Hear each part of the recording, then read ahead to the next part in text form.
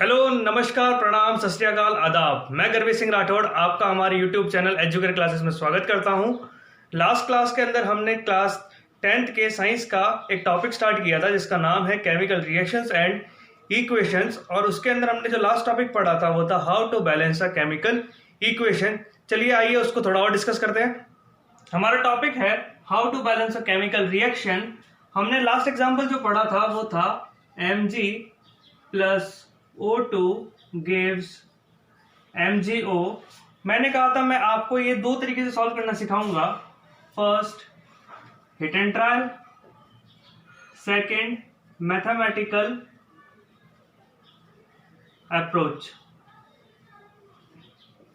तो कल हमने हिट एंड ट्रायल लगाया था। हमने क्या किया था, हमने देखा यहाँ पे हमारे पास में मैग्नीशियम है, ऑक्सीजन है, हमारे पास में रिएक्टेंट्स हैं और प्रोडक्ट्स हैं। मैग्नीशियम रिएक्टेंट में 1 है, प्रोडक्ट में 1 है, ऑक्सीजन रिएक्टेंट में 2 है, प्रोडक्ट में 1 है। मैंने कहा था जो भी आपका एलिमेंट होता है उसके साथ आप मल्टीप्लाई नहीं कर सकते, तो आप इसे एक ब्रैकेट में रख दीजिए ताकि ये एक तरीके से लॉक हो चुका है।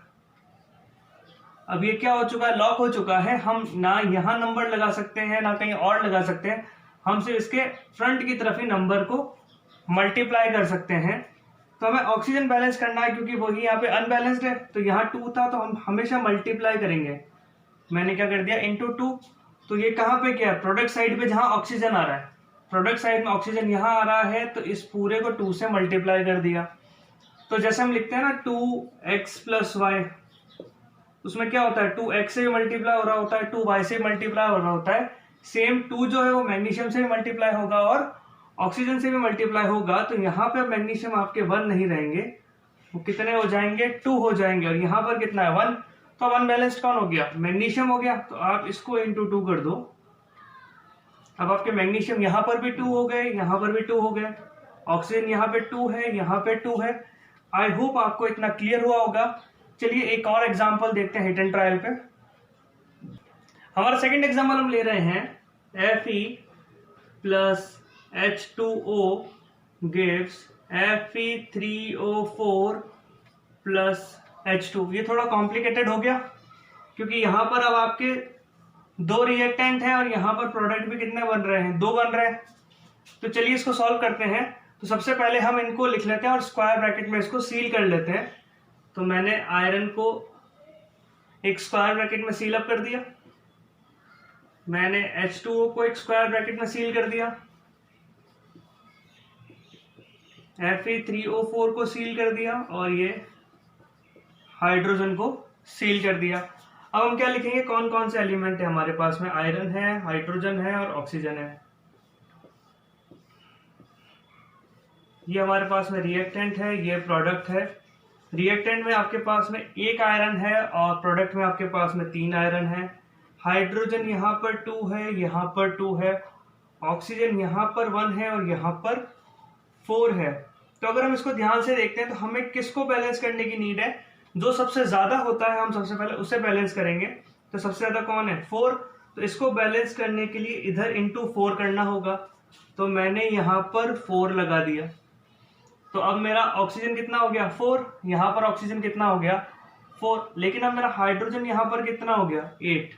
हाइड्रोजन जो है अब वो मेरा यहाँ पर हो जाएगा 8 और प्रोडक्ट साइड में हो जाएगा 2। तो मैं इसको इंटू 4 कर देता हूँ। तो मैंने यहाँ पर भी क्या कर दिया, 4 मल्टीप्लाई कर दिया। तो ये भी बैलेंस हो गया, ये भी बैलेंस हो गया। अब क्या बच रहा है आपके पास में, आयरन यहाँ पर कितना है, 1। तो इंटू 3 कर दो। तो आपकी रिएक्शन हो जाएगी 3Fe plus 4H2O gives Fe3O4 plus 4H2। इस इक्वेशन को सॉल्व करने के लिए हमने सबसे पहले सारे एलिमेंट्स को लिख दिया, रिएक्टेंट में कितने हैं, प्रोडक्ट में कितने, सबके एटम्स को काउंट करके हमने नोट डाउन कर दिया। फिर जो मैक्सिमम था उसको फिर हमने बैलेंस किया, फिर देखा किसी में कोई चेंज आ रहा है, फिर जो मैक्सिमम हुआ उसको बैलेंस किया, फिर जो मैक्सिमम हुआ उसको बैलेंस किया। हम हर बार अनबैलेंस्ड को सॉल्व करते गए। तो आपको ये टेबल हर बार अपडेट करनी पड़ेगी जब भी आप इसको सॉल्व कर रहे हो। अगर आप अपडेट नहीं करोगे तो हो सकता है आपसे कोई मिस्टेक हो जाए। हम एक एग्जांपल और लेते हैं, BaCl2 barium chloride plus Al2SO4 whole thrice aluminium sulfate gives BaSO4 barium sulfate plus AlCl3 aluminium chloride. अब इसको हमें बैलेंस करना है, तो सबसे पहला स्टेप हम क्या करेंगे, इनको हम एक स्क्वायर ब्रैकेट में डाल देंगे।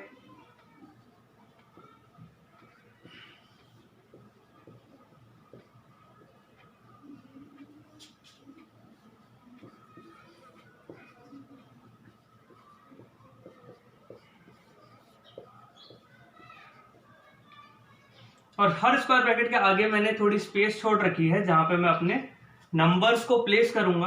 अब हमारे पास में एलिमेंट्स कौन कौन से हैं, हमारे पास में बेरियम है, हमारे पास में क्लोरीन है, हमारे पास में एल्यूमिनियम है। एक चीज आप ये कर सकते हो कि आप SO4 को पूरा एक यूनिट मान के लिख लो, क्योंकि यहाँ पर SO4 ब्रेक डाउन नहीं हो रहा है, ये SO4 यहाँ पर है और SO4 यहाँ पर है, तो आप इसको एक यूनिट की तरह भी लिख सकते हो SO4। अगर ये ब्रेक हो रहा होता, हम एक एग्जांपल देखेंगे जहां पर ये ब्रेक हो रहा होगा, वहां पर हम सल्फर और ऑक्सीजन को अलग अलग लेंगे। यहाँ पर अलग अलग लेने की कोई रिक्वायरमेंट ही नहीं है, क्योंकि SO4 पूरी एक यूनिट के हिसाब से यहाँ पर सब्स्टिट्यूट हुआ है। तो यहाँ पर हमने ले लिया रिएक्टेंट्स को और यहाँ ले लिया हमने प्रोडक्ट्स को। बेरियम की बात करें, यहाँ पे बेरियम 1 है, यहाँ पे बेरियम 1 है। क्लोरीन की बात करें, यहाँ 2 है, यहाँ 3 है। एल्यूमिनियम की बात करें, यहाँ 2 है, यहाँ 1 है। SO4 की बात करें, यहाँ 3 है और यहाँ 1 है। तो आपके पास में सबसे मैक्सिमम क्या है, आपके पास में एक तो क्लोरीन मैक्सिमम है और एक सल्फेट मैक्सिमम है, तो आप किसी भी एक को बैलेंस कर सकते हो। अगर आप क्लोरीन को देखते हो तो यहाँ 2 है, यहाँ 3 है, तो इसको इक्वल कैसे करेंगे, एक तो है आपका 2, दूसरा है आपका 3, तो आप इसको 3 से मल्टीप्लाई कर दो, इसको 2 से मल्टीप्लाई कर दो, तो दोनों क्या हो जाएंगे 6 6। तो हम यहाँ तो मल्टीप्लाई कर देते हैं 3 से और यहाँ वाले को करते हैं 2 से।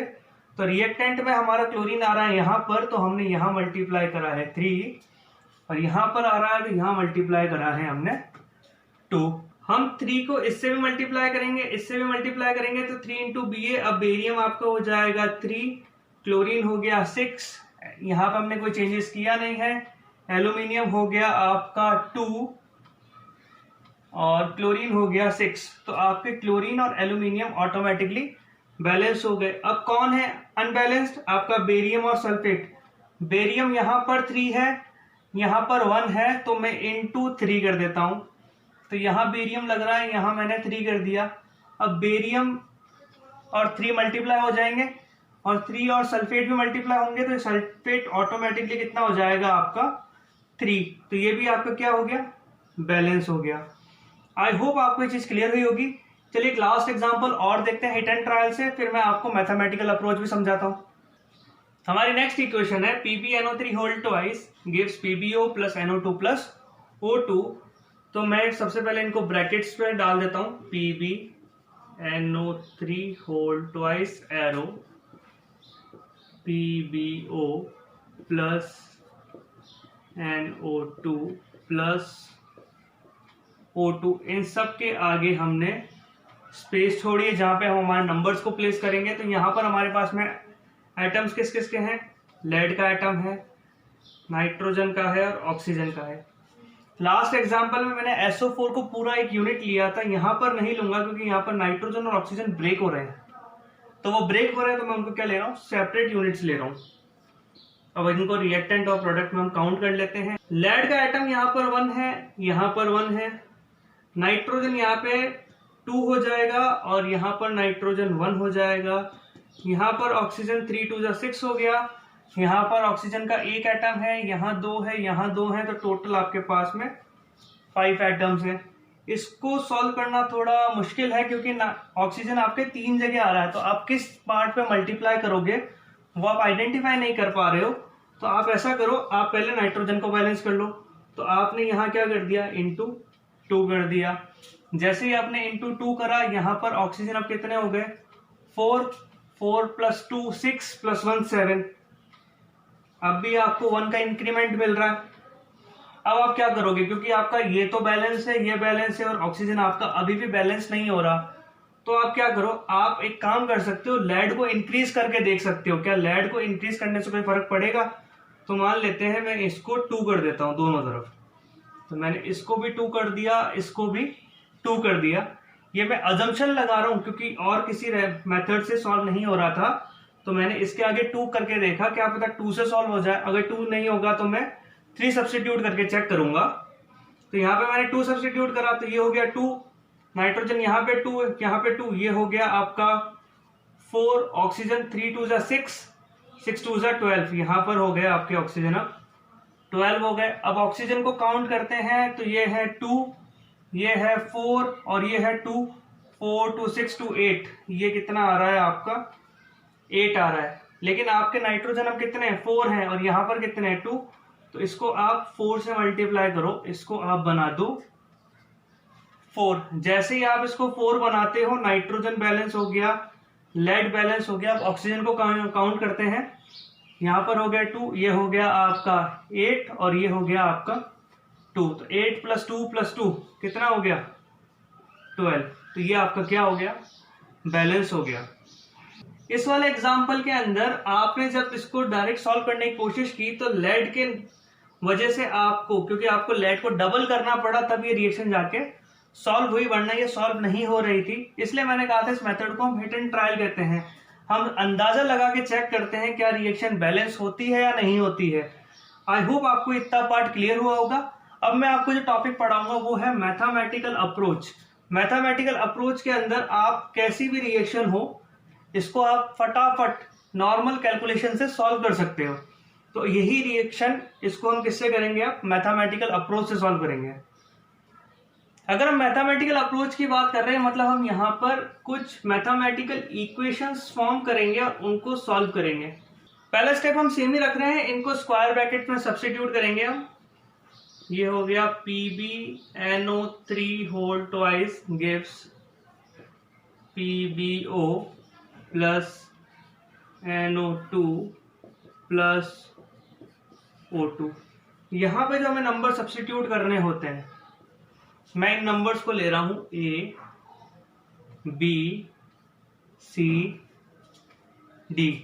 इस पूरी इक्वेशन में मेरे पास में टोटल कितने कंपाउंड्स है, A, B, C, D, 4 compounds है, तो मैंने नाम दे दिया A, B, C, D। अब मैं इंडिविजुअल इक्वेशन अगर बात करूं, तो लेड की बात करते हैं। लेड कितना है, A है, इज इक्वल टू, यहां पर लेड किससे मल्टीप्लाई हो रहा है, B से, तो A इज इक्वल टू हो गया B। नाइट्रोजन की बात करें तो 2 × A हो गया 2A, और यहाँ नाइट्रोजन 1 से हो रहा था, तो ये हो गया C। ऑक्सीजन की बात करें तो ऑक्सीजन है यहाँ पे 3 2 जा 6, 6 × A, 6A is equal to 1 × B, B plus 2 × C, 2C plus D × 2, 2D। तो आपके पास में 3 इक्वेशंस आ गई हैं।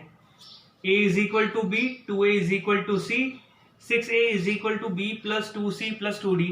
अब आपको ये इक्वेशन सॉल्व करनी है और ABCD की वैल्यू निकालनी है। अब आपके दिमाग में एक बात आ रही होगी कि इसको सॉल्व कैसे करें, क्योंकि हमने इक्वेशन सॉल्विंग के लिए एक रूल पढ़ रखा है कि number of equations equal to होना चाहिए या ग्रेटर देन होना चाहिए नंबर ऑफ वेरिएबल से, तभी हम इक्वेशन को सॉल्व कर सकते हैं। यहाँ पर नंबर ऑफ वेरिएबल्स है 4 और नंबर ऑफ इक्वेशंस जो है वो है 3। तो सॉल्व कैसे किया जाए, तो आप ऐसे कर सकते हो, let A is equal to 1। आप A की वैल्यू को 1 मान लो। आप किसी भी वेरिएबल को मान सकते हो, मैं A को कितना मान रहा हूं 1। अगर A 1 होगा तो B भी कितना हो जाएगा 1, क्योंकि A और B इक्वल है। तो C कितना हो जाएगा, C हो जाएगा 2 × 1, 2 हो जाएगा। आपने A की वैल्यू को 1 लिया तो A 1 हुआ, तो B भी कितना हो गया, 1 हो गया। 2 है तो ये भी कितना हो गया, 2 हो गया। अब हमें D कैलकुलेट करना है। D कैसे कैलकुलेट करेंगे, 6 × 1 हो जाएगा 6, B की वैल्यू हमने ली है 1, C की वैल्यू आ रही है 2, तो ये हो गया 4 प्लस 2D, तो ये आ गया 6 - 5 is equal to 2D, 1 is equal to 2D। इसका मतलब है D की वैल्यू आ रही है आपकी 1/2। D की वैल्यू क्या आ रही है, 1/2। यहाँ जो आप नंबर सब्स्टिट्यूट करते हो वो कौन से करते हो, होल नंबर्स को करते हो, लेकिन यहाँ पर आपका क्या आ रहा है, फ्रैक्शन आ रहा है। अगर आपके पास में फ्रैक्शन आ रहा है तो घबराने की कोई बात नहीं है, जो भी फ्रैक्शन आ रहा है उसका जो डिनोमिनेटर है उससे इस इक्वेशन को मल्टीप्लाई कर दो। तो ये कितना है आपका 2, तो हम सबको 2 से मल्टीप्लाई कर देते हैं। 2 1 जा 2, 2 1 जा 2, 2 2 जा 4 और ये कैंसिल हो जाएगा 1। तो ये हो गया आपका 2 2 4 1। यही वैल्यूज हमने निकाली थी। 2 PbNO3 whole twice gives 2 PbO plus 4 NO2 plus O2। ये मेथड लास्ट मेथड से थोड़ा सा आपको लेंथी लग रहा होगा, लेकिन इसके अंदर जो आंसर आएंगे ना वो आपके एग्जैक्ट आएंगे हर बार, क्योंकि आप क्या कर रहे हो, इक्वेशंस बना के सॉल्व कर रहे हो। अगर आपकी कैलकुलेशन थोड़ी अच्छी है तो मैं आपको प्रीफर करूंगा कि आप इस अप्रोच पे जाओ। अगर छोटी मोटी इक्वेशंस होती हैं जो देख के पता लग रही हो कि यहाँ 1 या 2 लगाने से हो जाएगा, तो इस पे जाने से कोई नीड नहीं है। लेकिन अगर कभी ऐसा हो कि आपसे सॉल्यूशन निकल ही नहीं रहा है हिट एंड ट्रायल पे, तो आप इस अप्रोच को यूज कर सकते हो। अगर कभी ऐसा हो जाए कि मान लो C की वैल्यू आ जाए 1/2 और D की वैल्यू आ जाए 1/3, A आ रहा है आपका 1 और B आ रहा है आपका 2, इस तरीके से वैल्यू आ रही हो, दो वैल्यूज आपकी फ्रैक्शन में सॉल्व होके आई है, एक आ रही है 1/2 और एक आ रही है 1/3। उस केस में आप क्या करना, ये जो दोनों डिनोमिनेटर है ना इसका एलसीएम ले लेना। तो 2 और 3 का एलसीएम क्या आएगा 6, तो इन सबको 6 से मल्टीप्लाई कर देना। तो वो क्या देगा आपको, लीस्ट होल नंबर प्रोवाइड कर देगा, जिससे आपकी इक्वेशन जो है वो बैलेंस्ड हो जाएगी। अगर इस मेथड में थोड़ी और दिक्कत है तो हम एक एग्जांपल और लेते हैं जिसपे हम इसको लगाएंगे, ताकि आपको थोड़ा और समझ में आ जाए कि हम मैथमेटिकल अप्रोच पे एक्चुअली कर क्या रहे हैं। चलिए लास्ट वाले एग्जांपल पर आते हैं, आयरन और वाटर वाले पे, और उस पर हम मैथमेटिकल अप्रोच लगा के चेक करते हैं। फिर मैग्नीशियम वाला भी हम कर सकते हैं, और भी 2-3 है जिसपे हम यूज कर सकते हैं। तो हमने जितने भी हिट एंड ट्रायल से किए हैं उन सबको हम एक बार मैथमेटिकल अप्रोच से करते हैं, ताकि आपको ये वाला टॉपिक थोड़ा क्लियर हो जाए। चलिए आयरन वाला एग्जाम्पल लेते हैं। हमारा एग्जाम्पल था Fe plus H2O gives Fe3O4 plus H2। मैंने इनको बॉक्सेस में डाल दिया, ये ले लिया मैंने A, ये ले लिया B, ये ले लिया C और ये ले लिया D। अगर मैं Fe की इक्वेशन लिखूंगा तो Fe किससे मल्टीप्लाई हो रहा है, A जो किसके इक्वल है 3C के, 3C के। हाइड्रोजन की बात करूं तो वो हो जाएगा 2 into B which is equal to 2 into D। अगर मैं ऑक्सीजन की बात करूं तो वो हो जाएगा आपका B is equal to 4C, B is equal to 4C। अब आपको क्या करना है, किसी भी एक को 1 मान लेना है। Let A is equal to 1, मैंने A को 1 मान लिया। अगर मेरा A की वैल्यू 1 है तो C की वैल्यू हो जाएगी 1/3। C की वैल्यू कितनी होगी 1/3, यहाँ 1/3 रखेंगे तो B की वैल्यू हो जाएगी 4/3।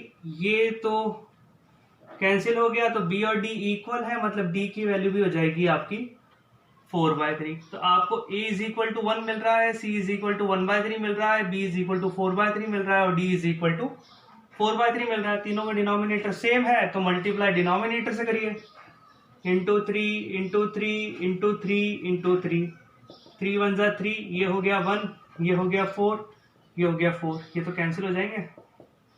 तो आपको A की जगह रखना है 3, B की जगह रखना है 4, C की जगह रखना है 1, तो कुछ लगाओ मत, D की जगह लगना है 4। तो आपकी इक्वेशन क्या हो गई, बैलेंस हो गई। 3Fe plus 4H2O gives Fe3O4 plus 4H2।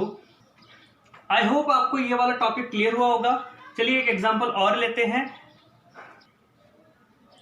हमारी नेक्स्ट इक्वेशन है BaCl2 plus Al2SO4 whole thrice gives BaSO4 plus AlCl3। मैंने इनको स्क्वायर ब्रैकेट्स में डाल दिया ताकि मैं जो भी नंबर लगाऊं वो इनके फ्रंट में ही लगे।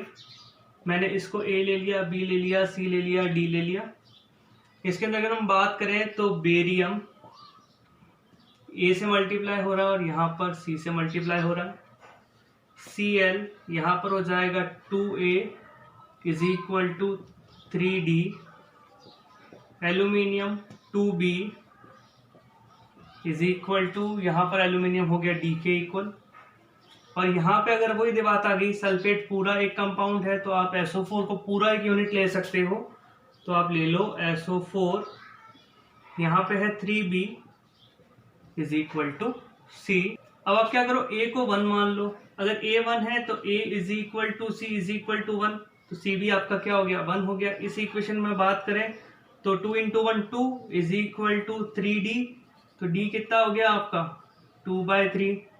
अब B निकालना है तो B हम यहाँ से भी निकाल सकते हैं, यहाँ से भी निकाल सकते हैं। मैं यहाँ से निकाल रहा हूँ क्योंकि C की वैल्यू 1 है, तो 3B हो जाएगा 1, तो B हो जाएगा 1/3। तो आपको A मिल गया 1, B मिल गया 1/3, C मिल गया 1 और D मिल गया 2/3।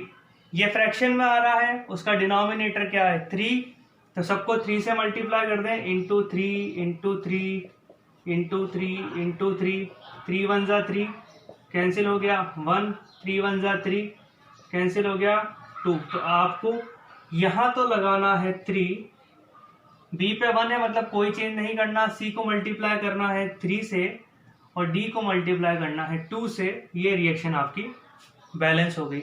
आई होप आपको ये टॉपिक क्लियर हुआ होगा।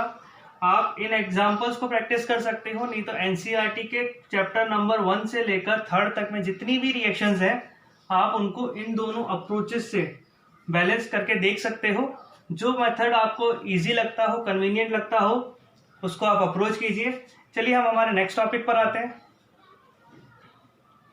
हमारा नेक्स्ट टॉपिक है टाइप्स ऑफ केमिकल रिएक्शंस। अगर हम टाइप्स ऑफ केमिकल रिएक्शंस की बात करें तो सबसे पहला जो टाइप है वो है आपका कॉम्बिनेशन रिएक्शन। सेकेंड टाइप आता है आपका डिसोसिएशन रिएक्शन, इसको हम डीकंपोजिशन भी कहते हैं। फिर आता है आपका डिस्प्लेसमेंट, फिर आता है आपका डबल डिस्प्लेसमेंट,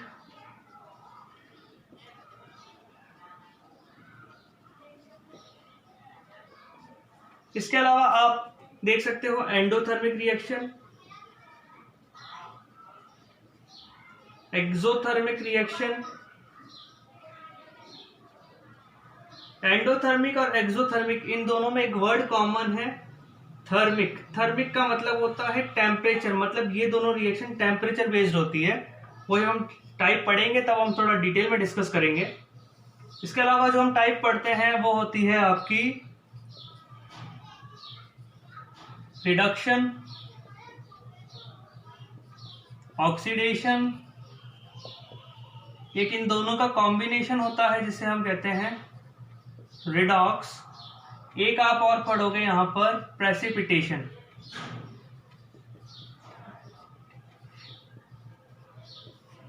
तो कुछ हम 10 to 11 टाइप्स पढ़ेंगे, तो यहां पर मैंने कुछ 10 टाइप्स की रिएक्शंस लिखी हैं जो हमें इस चैप्टर में पढ़नी है। सबसे पहले है कॉम्बिनेशन, दूसरी है डीकंपोजिशन, तीसरी है डिस्प्लेसमेंट, चौथी है डबल डिस्प्लेसमेंट, पांचवी है एक्सोथर्मिक, छठी है एंडोथर्मिक, फिर है आपकी रिडक्शन, ऑक्सीडेशन, रिडॉक्स और प्रेसिपिटेशन रिएक्शन। ये कुछ 10 टाइप्स की जो केमिकल रिएक्शंस हैं, इसका आज हम एक ओवरव्यू ले लेते हैं। नेक्स्ट सेशन के अंदर हम इसको डिटेल में डिस्कस करेंगे। तो चलिए सबसे पहले बात करते हैं कॉम्बिनेशन की। कॉम्बिनेशन का मतलब क्या होता है, कंबाइन होना। कंबाइन होने का मतलब होता है कि अगर आपके पास में एक से ज्यादा रिएक्टेंट है और वो कंबाइन होके एक बन जाए, मतलब आपके रिएक्टेंट हो गए R, S, T, ये सब जुड़े और आपको मिल गया एक प्रोडक्ट U। अगर इस टाइप की कोई रिएक्शन होगी तो वो कहलाएगी कॉम्बिनेशन रिएक्शन। सेकेंड है आपका डीकंपोजिशन। इसका जो रिवर्स होगा कि U ब्रेक डाउन हुआ और R plus S plus T 3 product बना दे।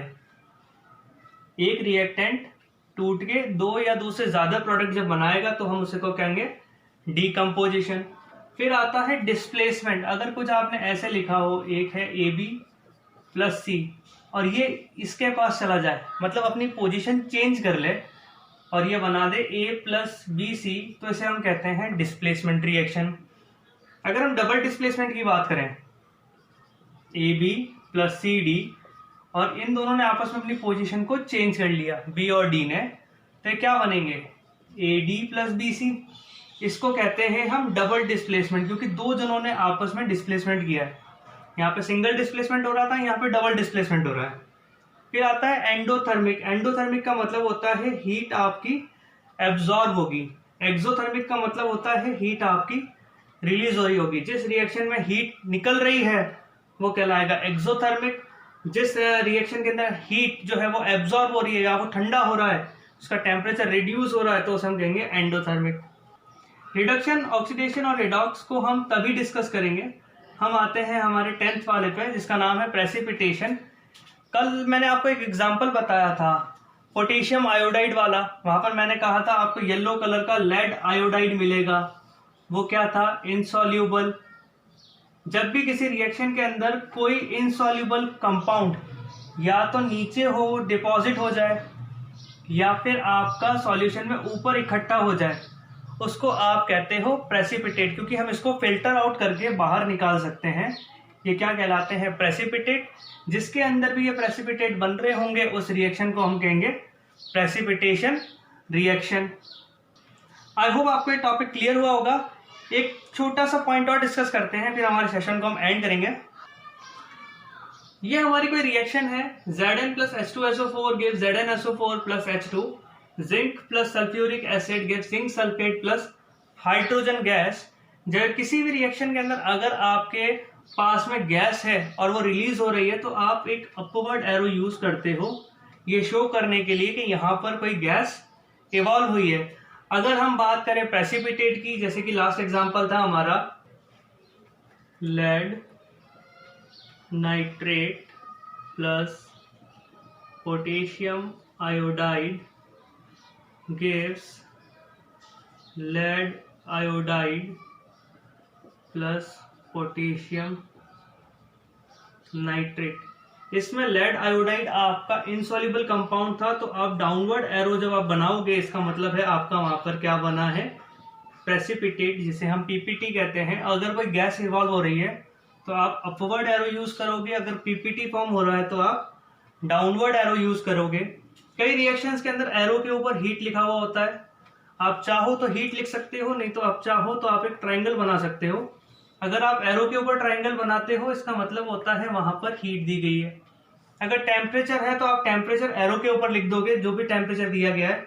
मान लो इस रिएक्शन के अंदर हमने 20 डिग्री सेल्सियस का टेम्परेचर दिया था टू फॉर्म सी, तो आप एरो के ऊपर टेम्परेचर लिख सकते हो। अगर आप इसे गर्म कर रहे हो तो एरो के ऊपर या नीचे आप हीट का सिंबल बना सकते हो, ट्राइंगल बना सकते हो, जो किसको डिनोट करेगा? हीट को करेगा। ये कुछ सिंबल्स हैं जो आप रिएक्शन लिखते वक्त आप यूज कर सकते हो। आई होप आपको टॉपिक क्लियर हुआ होगा। आज का सेशन हम यही एंड करेंगे। नेक्स्ट सेशन में इसको थोड़ा और डिस्कस करेंगे और हमारे चैप्टर को फर्दर कंप्लीट करेंगे। अगर आपको हमारी वीडियो पसंद आई है तो वीडियो को लाइक करें, शेयर करें और चैनल को सब्सक्राइब करें, ताकि आपको हमारी अपडेट्स मिलती रहे। Thank you.